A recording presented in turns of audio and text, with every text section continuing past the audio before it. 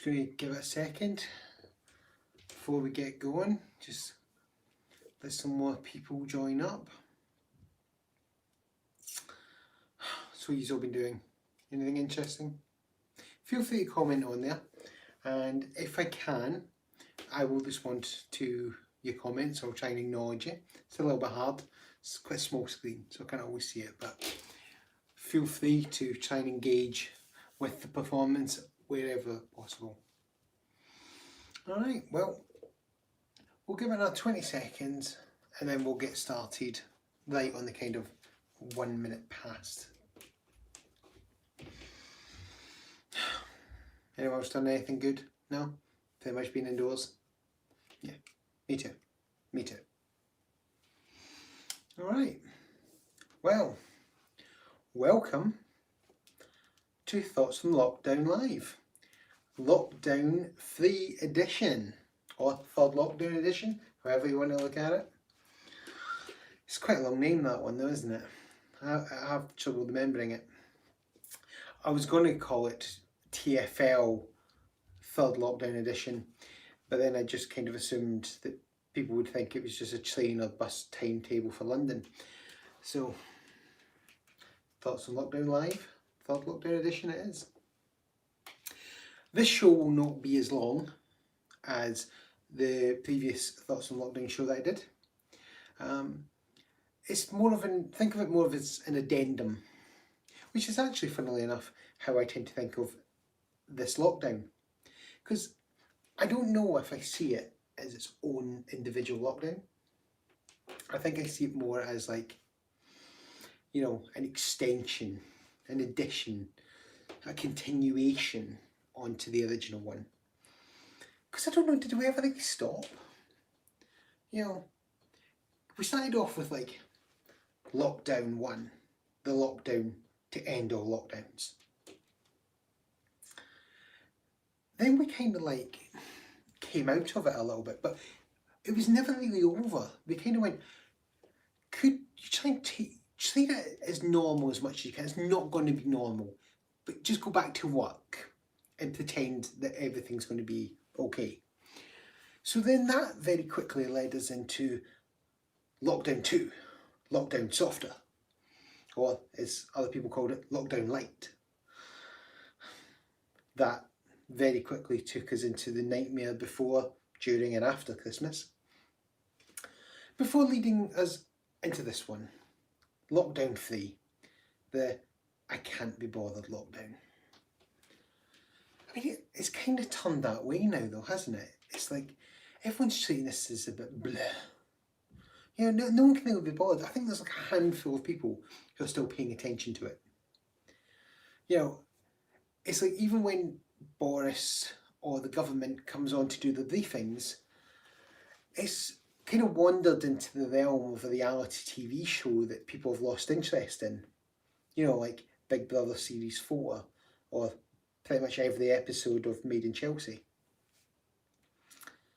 I almost think it's not worth us checking back in with these briefings until the point where they go all clear. See, once we've got the all clear, then we can do what they do in every good reality TV show, and that's, we can vote them out.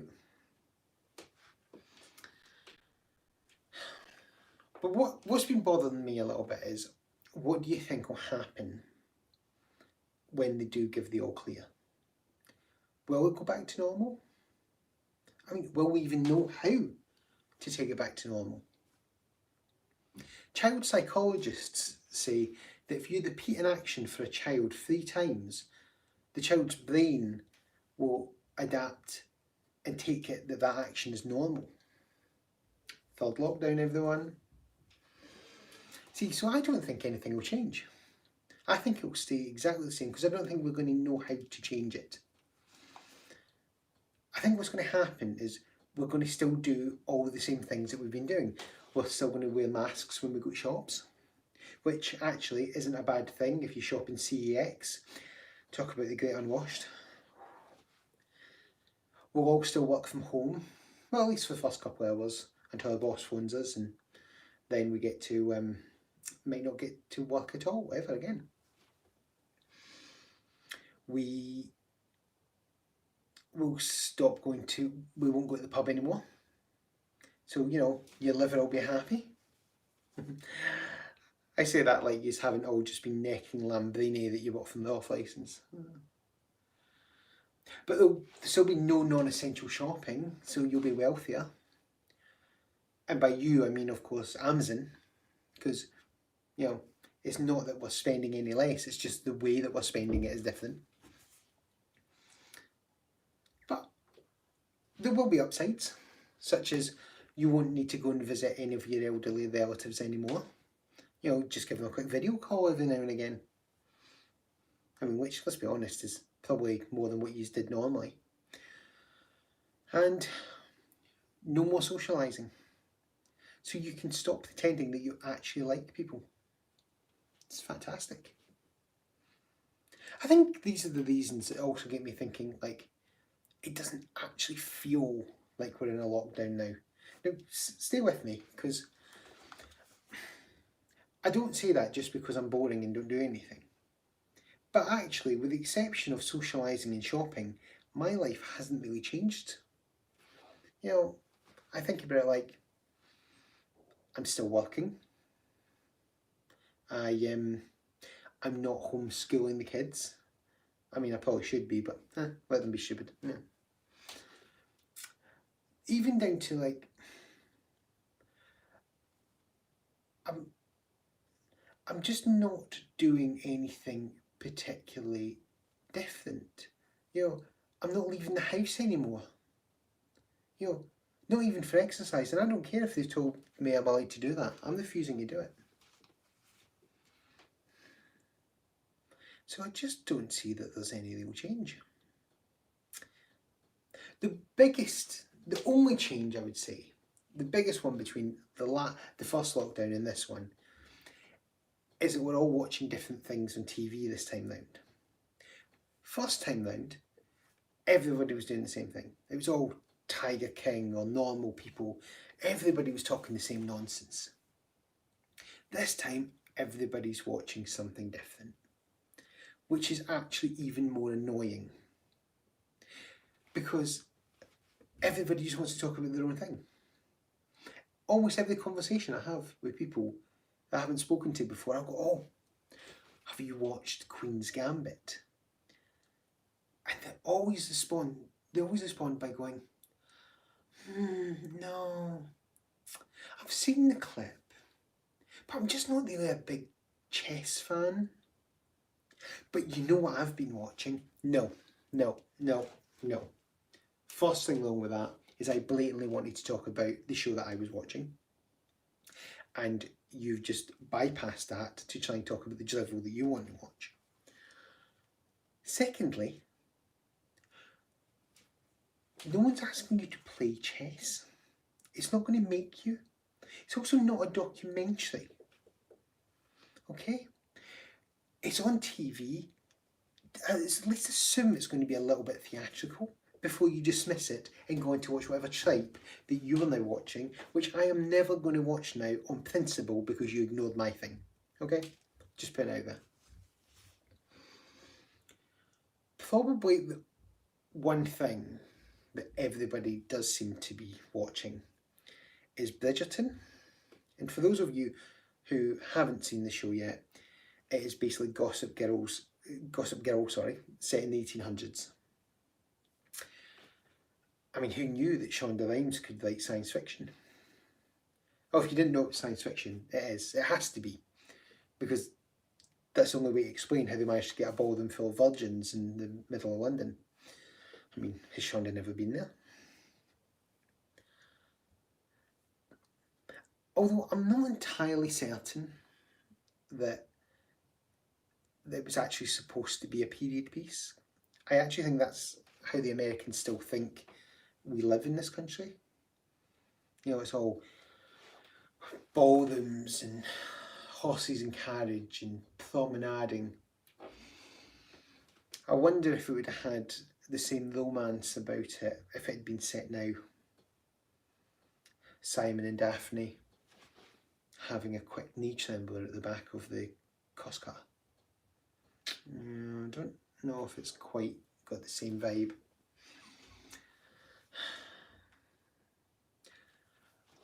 I would say one of the biggest things to get used to within the whole lockdown thing has been the amount of video calls that we're doing, especially now that most people who can work from home are working from home.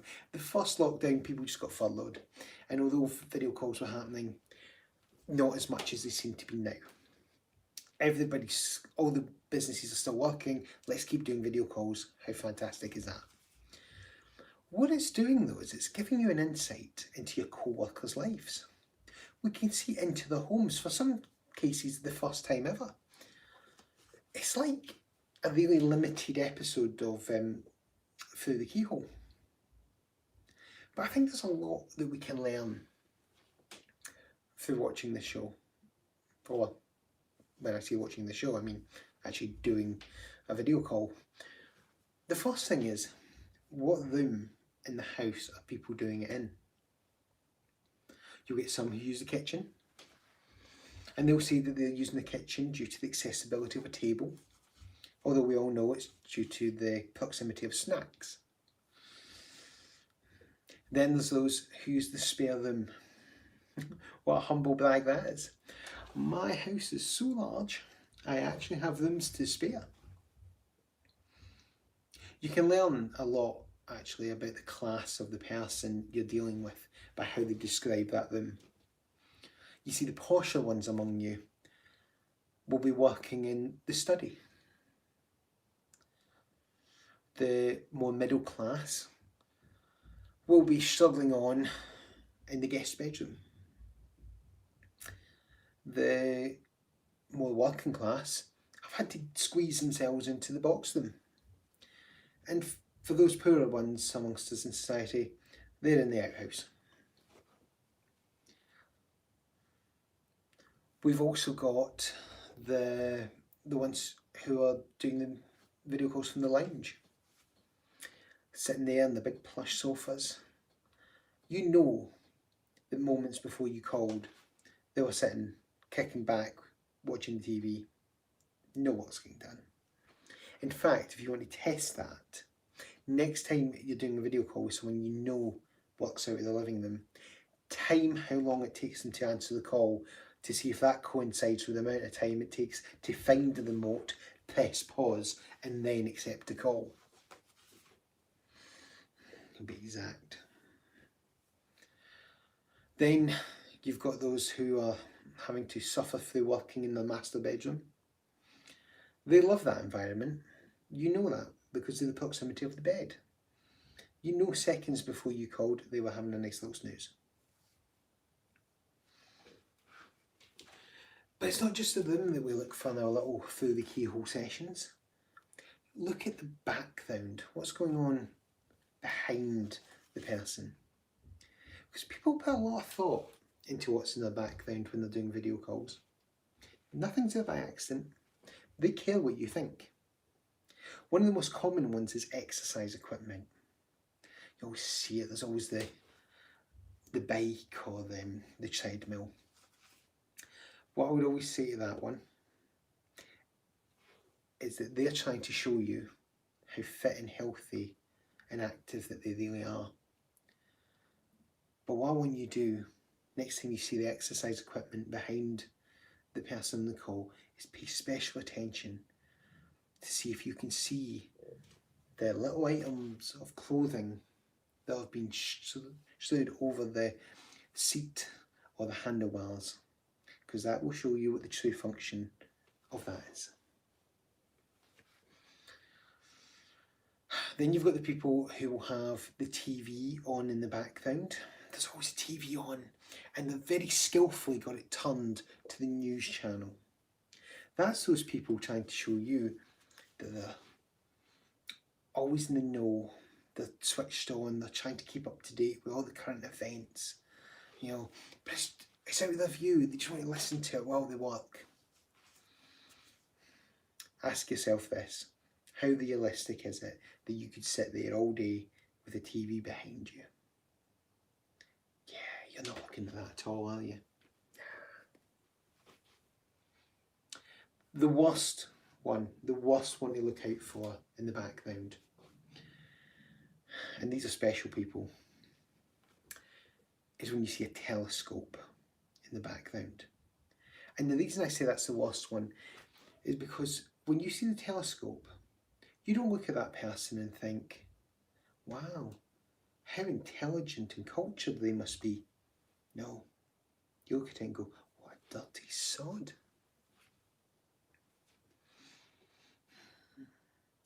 But this working from home thing, it does have its difficulties.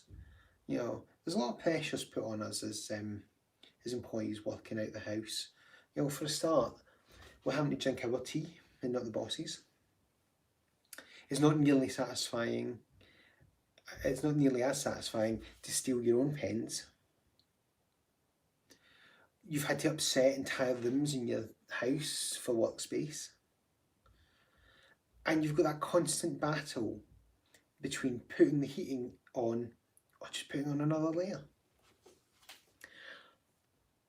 But it's not all downside. There is a massive, massive plus side to it. And we're not utilising it the way that we should. So for us employees who are working from home, we should be cashing in. And this is what I want you to do. Next time you get paid,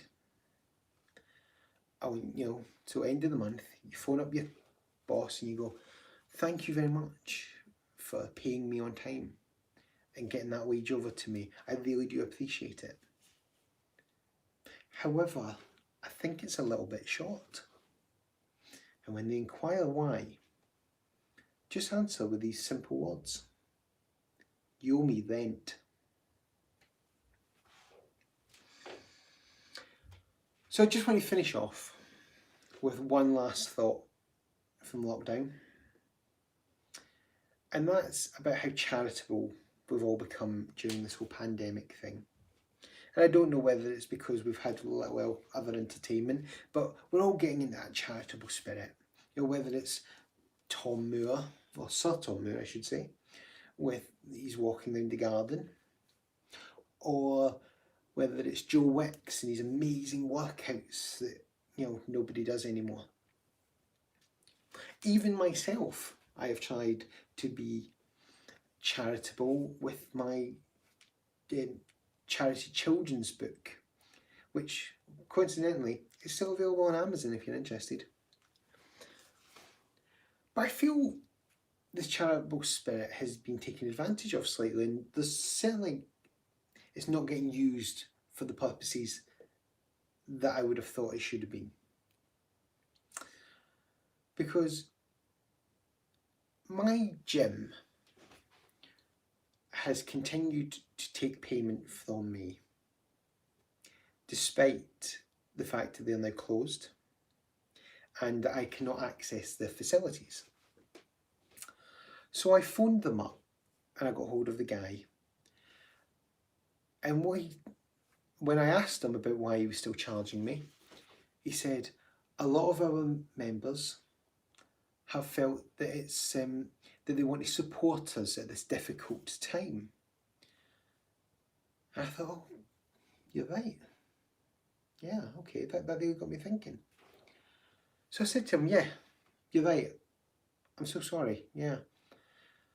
I should have thought about it because, when I lost my job and I couldn't afford to come anymore, you guys phoned me up and you went, don't worry about it, Martin, come down.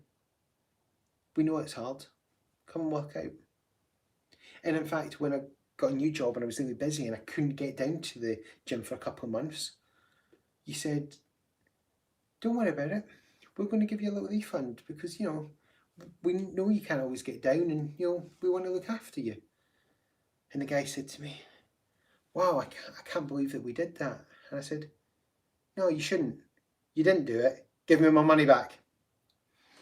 Anyway, thank you very much. You've been a fantastic audience. Until the next time, enjoy. And obviously, please like and subscribe and do all that sort of thing if you've enjoyed this. Please, it helps keep me going and helps keep me sane during these times. All right, fantastic. Thank you very much. Take care. and now can switches off.